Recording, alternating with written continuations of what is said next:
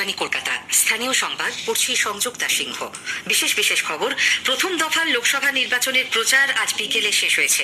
এই দফায় শুক্রবার ভোট নেওয়া হবে কোচবিহার, জলপাইগুড়ি এবং আলিপুরদুয়ার কেন্দ্রে। ভোট প্রক্রিয়া সরেজমিনে দেখতে রাজ্যপাল সিভি আনন্দ বোস আগামীকাল কোচবিহার যাওয়ার পরিকল্পনা করলেও নির্বাচন কমিশন তাকে এই সফর না করার অনুরোধ জানিয়েছে। 10টি প্রতিশ্রুতিকে মুখ্যমন্ত্রী মমতা ব্যানার্জির শপথ হিসেবে তুলে ধরে তৃণমূল কংগ্রেস আজ নির্বাচনী ইস্তাহার প্রকাশ করেছে। পুলিশ প্রশাসনের কড়া নজরদারির মধ্যে রাজ্যে আজ বিপুল উৎসাহ উদ্দীপনায় পালিত হচ্ছে রামনবমী। সুপ্রিম কোর্টের নির্দেশ মেনে রাজ্যপাল 6টি বিশ্ববিদ্যালয়ে উপাচার্য নিয়োগ করেছেন। দক্ষিণবঙ্গের বিভিন্ন জেলায় আগামী রবিবার পর্যন্ত সতর্কতা জারি করা হয়েছে। আসি বিস্তারিত খবরে। প্রথম দফা লোকসভা নির্বাচনের প্রচার আজ বিকেলে শেষ হয়েছে। এই দফায় আগামী শুক্রবার 19 এপ্রিল দেশের 17টি রাজ্য ও কেন্দ্রশাসিত অঞ্চলের 102টি আসনে ভোট নেওয়া হবে। এর মধ্যে রয়েছে উত্তরবঙ্গের 3টি আসন, কোচবিহার, জলপাইগুড়ি ও আলিপুরদুয়ার। সকাল 7টায় ভোট গ্রহণ শুরু হবে, চলবে সন্ধে 6টা পর্যন্ত। ভোট গ্রহণ অবাধ ও শান্তিপূর্ণ রাখতে 263 কোম্পানি কেন্দ্রীয় বাহিনী মোতায়েন থাকছে। সব বুথেই থাকছে ওয়েবকাস্টিং এর ব্যবস্থা। তবে আলিপুরদুয়ার এবং জলপাইগুড়ির প্রত্যন্ত এলাকার কয়েকটি বুথে ইন্টারনেট সংযোগ না থাকায় সেখানে মাইক্রো অবজারভার থাকবেন। ভোট প্রক্রিয়ার ভিডিওগ্রাফি করবেন তারা। 3 কেন্দ্র মিলিয়ে ভোটার সংখ্যা 5,11,00,000 বেশি।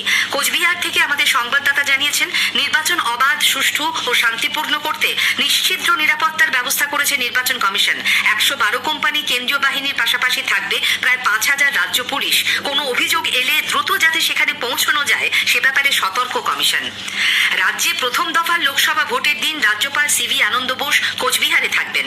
আগামীকাল সকালেই বায়ুসেনার হেলিকপ্টারে কোচবিহার রওনা হচ্ছেন তিনি। শুক্রবার সকাল থেকে রাজ্যপাল সরেজমিনে ভোট প্রক্রিয়া খতিয়ে দেখবেন বলে রাজভবন সূত্রে জানা গেছে। কথা বলবেন পুলিশ প্রশাসনের সঙ্গে। রাজভবনের লোকসভা পোর্টালে নতুন করে কোনো অভিযোগ এলে সেগুলির সমাধানেও উদ্যোগ নেবেন। 19 তারিখ সন্ধ্যায় তার কলকাতায় ফেরার কথা। আজ হাওড়ায় জিটি রোডে যান রাজ্যপাল। গত বছর রামনবমীর দিন যেসব এলাকায় অশান্তি হয়েছিল সেই সব জায়গার মানুষের সঙ্গে বর্তমান পরিস্থিতি নিয়ে তিনি কথা বলেন।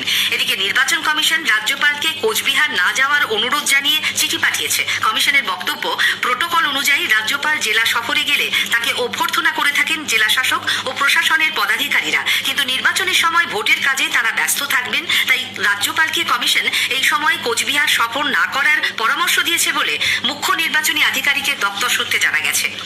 নির্বাচন কমিশনের কাছে তৃণমূল কংগ্রেস নেতা উত্তরবঙ্গ উন্নয়ন মন্ত্রী উদয়ন গুহকে ভোটের দিন গৃহবন্দী করে রাখার দাবি জানিয়েছে বিজেপি। আজ সাংবাদিক বৈঠক করে দলের নাটাবাড়ি কেন্দ্রের বিধায়ক মিহির গোস্বামী জানান, 15 এপ্রিল কমিশনের কাছে এই দাবি জানিয়েছেন কোচবিহারের বিজেপি প্রার্থী নিশীথ প্রামাণিক। উদয়ন গুহকে যাতে তার গৃহে কনফাইন করে রাখা হয় সুস্থ নির্বাচন পরিচালনা করার জন্য, তার ব্যবস্থা যেন নির্বাচন কমিশন করে। যদিও উদয়ন গুহের দাবি, ভয় পেয়েই নিশীথ প্রামাণিক মিথ্যা অভিযোগ করছেন। ও চাইছে যে আমাকে গৃহবন্দী করে বেশ কিছু বুথ যাতে লুট করা যায় তার বন্দোবস্ত করা, কিন্তু ও জানে না যে একটা উদয়ন গুহ রাজনীতির সাথে যুক্ত না। 1000-এর উপরে উদয়ন গুহ দিনাটার গ্রামে গঞ্জে আছে, যারা ওর ওই বুথ লুট করবার যে চিন্তা ভাবনা সেটাকে রাস্তায় নেমে প্রতিরোধ করবে নির্বাচনের দিন। পারলে আমাকে গৃহবন্দী করুক। এদিকে ভোটের আগে আজ ফের উত্তপ্ত কোচবিহার। দিনহাটার ভেটাগুড়িতে তৃণমূল কংগ্রেস প্রার্থীর সমর্থনে প্রচার গাড়িতে হামলা ও ভাঙচুর চালানোর অভিযোগ উঠেছে বিজেপির বিরুদ্ধে। এই ঘটনায় একজন আহত হন, যদিও অভিযোগ অস্বীকার করেছে বিজেপি। গতরাতে শীতলকুচিতে তৃণমূলের একটি অস্থায়ী কার্যালয়ে আগুন ধরিয়ে দেবার অভিযোগও উঠেছে বিজেপির বিরুদ্ধে। কোচবিহারে নির্বাচনী প্রচার সভায় রামনবমীর শোভাযাত্রা নিয়ে কটূক্তির অভিযোগে আজ মেদিনীপুরের কোতোয়ালি থানায় মুখ্যমন্ত্রী মমতা ব্যানার্জির বিরুদ্ধে এফআইআর দায়ের করেছেন বিজেপি প্রার্থী অগ্নিমিত্রা পাল। এই অভিযোগ দায়েরকে কেন্দ্র করে আজ ধুন্ধুমার কাণ্ড বাধে। অগ্নিমিত্রা পালের দাবি, থানার কর্তব্যরত আধিকারিক তার অভিযোগ গ্রহণ করে প্রাপ্তি স্বীকার করতে অস্বীকার করেন। এফআইআর রিসিভ করুন। আমি একজন মহিলা, আমি একজন বিধায়িকা। এফআইআর রিসিভ করুন। আমি কমপ্লেন দিচ্ছি, আপনি বাধ্য আমার কমপ্লেন নিতে। পশ্চিমবঙ্গের অবস্থা দেখুন, একজন বিধায়িকা এসে কমপ্লেন দিচ্ছে না পুলিশ অফিসার। এর প্রতিবাদে দলীয় কর্মী সমর্থকদের নিয়ে থানার সামনেই প্রধান সড়কের ওপর বিক্ষোভ অবস্থানে বসেন তিনি। থানার গেটে তালা লাগিয়ে দেওয়া হয়। পরে আইসি সেখানে পৌঁছলে দুপক্ষের বাগবিতণ্ডায় পরিস্থিতি উত্তপ্ত হয়ে ওঠে। কর্তৃপক্ষ পরে পরে শ্রীমতী পালের অভিযোগ নিলে অবরোধ ওঠে। বিজেপি তৃণমূল কংগ্রেস প্রধান মুখ্যমন্ত্রী মমতা ব্যানার্জির বিরুদ্ধে নির্বাচনী বিধি ভঙ্গের অভিযোগ জানিয়েছে। দলের নেতা শিশির বাজোরিয়া আজ রাজ্যের মুখ্য নির্বাচনী আধিকারিককে চিঠি দিয়ে জানান, সম্প্রতি মুখ্যমন্ত্রী জলপাইগুড়ির ময়নাগুড়িতে এক জনসভায় তার বক্তব্যের মাধ্যমে ভোটদাতাদের উত্তেজিত করার চেষ্টা করেছেন। পাশাপাশি মুখ্যমন্ত্রীর বক্তব্যে ভোট পরবর্তী হিংসার প্রচ্ছন্ন ইঙ্গিত রয়েছে। বারবার এই ধরনের উস্কানিমূলক বক্তব্যের বিরুদ্ধে কঠোর ব্যবস্থা নেবার দাবি জানিয়েছেন শ্রী বাজোরিয়া। ঝাড়গ্রাম লোকসভা কেন্দ্রের বিজেপি প্রার্থী প্রণত টুডুর ওপর হামলার ঘটনা নিয়ে বিজেপি নির্বাচন কমিশনের দ্বারস্থ হয়েছে। রাজ্যের মুখ্য নির্বাচনী আধিকারিককে লেখা চিঠিতে দল বলেছে, সাঁকরাইল থানা এলাকার রোহনী গ্রামে গতকাল একদল দুষ্কৃতী ডক্টর টুডুর গাড়ি লক্ষ্য করে প্রথমে ইট পাথর ছোঁড়ে, এরপর বাঁশ লাঠি দিয়ে তাকে মারধর করা হয়। আদিবাসী পরিচয় নিয়ে গালিগালাজ করা হয় তাকে। দুষ্কৃতীরা তৃণমূল কংগ্রেস আশ্রিত বলে অভিযোগ করে কমিশনকে এ ব্যাপারে যথাযথ পদক্ষেপ করার আবেদন জানিয়েছে বিজেপি। এনআরসি ও সিএএ কে নরেন্দ্র মোদী এবং মমতা ব্যানার্জি ভোটের হাতিয়ার হিসেবে ব্যবহার করছেন বলে প্রদেশ কংগ্রেস সভাপতি অধীর রঞ্জন চৌধুরী অভিযোগ করেছেন। মালদার চাঁচলে আজ এক নির্বাচনী জনসভায় তিনি ভাষণ দিচ্ছিলেন।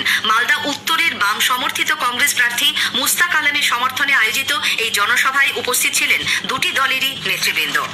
স্থানীয় সংবাদ শুনছেন আকাশবাণী কলকাতা কেন্দ্র থেকে।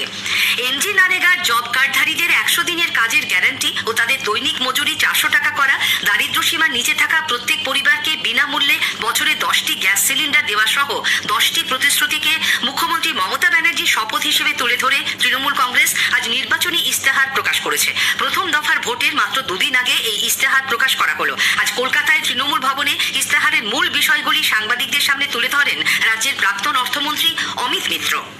দিদির শপথ, স্বচ্ছ আইন, স্বাধীন ভারত। ধোঁয়াশাযুক্ত সিটিজেন্স অ্যামেন্ডমেন্ট অ্যাক্ট সিএএ বিলুপ্ত করা হবে, সোজা কথা। এবং National Register of Citizens NRC বন্ধ করা হবে, স্পষ্ট। ইউনিফর্ম সিভিল কোড ভারত জুড়ে প্রয়োগ করা হবে না।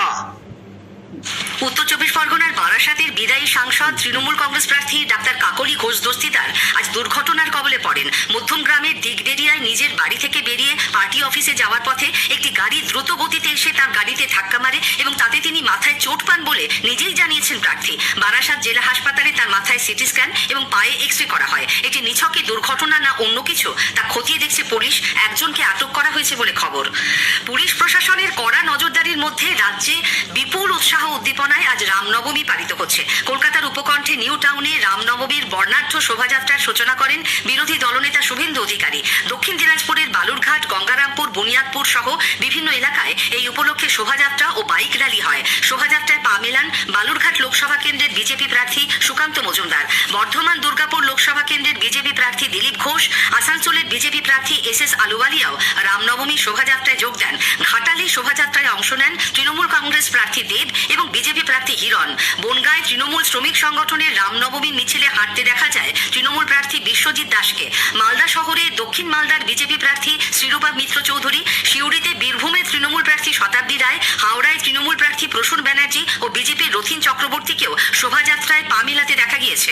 হাইকোর্টের নিষেধাজ্ঞা সত্ত্বেও কয়েকটি জায়গায় অস্ত্র নিয়ে মিছিলে বিতর্ক শুরু হয়। শিলিগুড়িতে চোখে পড়েছে এক বিরল সৌজন্যের ছবি। দার্জিলিংয়ের বিজেপি প্রার্থী রাজু বিস্ত ও তৃণমূল কংগ্রেসের জেলা সভাপতি পাপিয়া ঘোষ রামনবমীর মিছিলে কিছুক্ষণ একসঙ্গে হাঁটেন।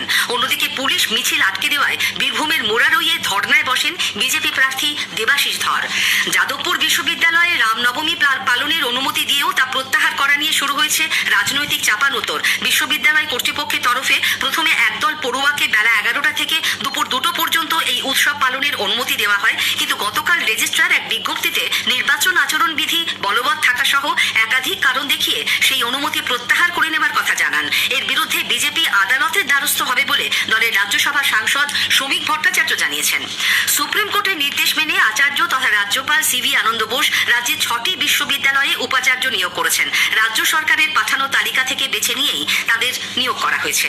দক্ষিণবঙ্গের বিভিন্ন জেলায় আগামী রবিবার পর্যন্ত তাপপ্রবাহের সতর্কতা জারি করেছে আলিপুর আবহাওয়া দপ্তর। আগামী দুদিন সর্বোচ্চ তাপমাত্রা স্বাভাবিকের 3 থেকে 5 ডিগ্রি ওপরে থাকার সম্ভাবনা। কলকাতায় আজ সর্বোচ্চ তাপমাত্রা 39.4 ডিগ্রি সেলসিয়াস, স্বাভাবিকের 4 ডিগ্রি ওপরে।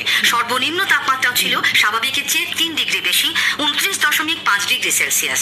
স্থানীয় সংবাদ শেষ হলো।